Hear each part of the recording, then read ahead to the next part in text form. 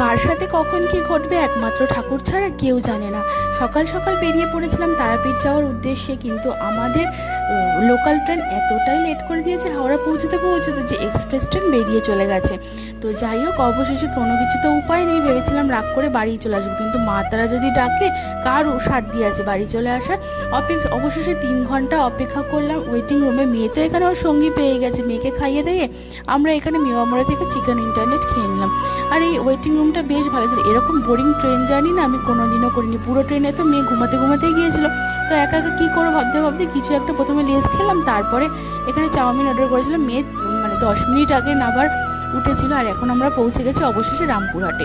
এখানে এই হোটেলটা দাদারা যেহেতু আগেই পৌঁছে গেছিলো তাই বুক করে নিয়েছিল, ভেবেছিলাম মায়ের দর্শনে যাব, কিন্তু বৃষ্টির জন্য আর যাওয়া হয়নি, তাই ঘরেই এই ব্যবস্থা করা হয়েছে। পুরো বিছানায় মেয়ে টয়লেট করে দিয়েছে, তাই রাতে শোয়ার মতন ব্যবস্থা করে ডিনারে ছিল হলো মাটন আর রুটি। আজকে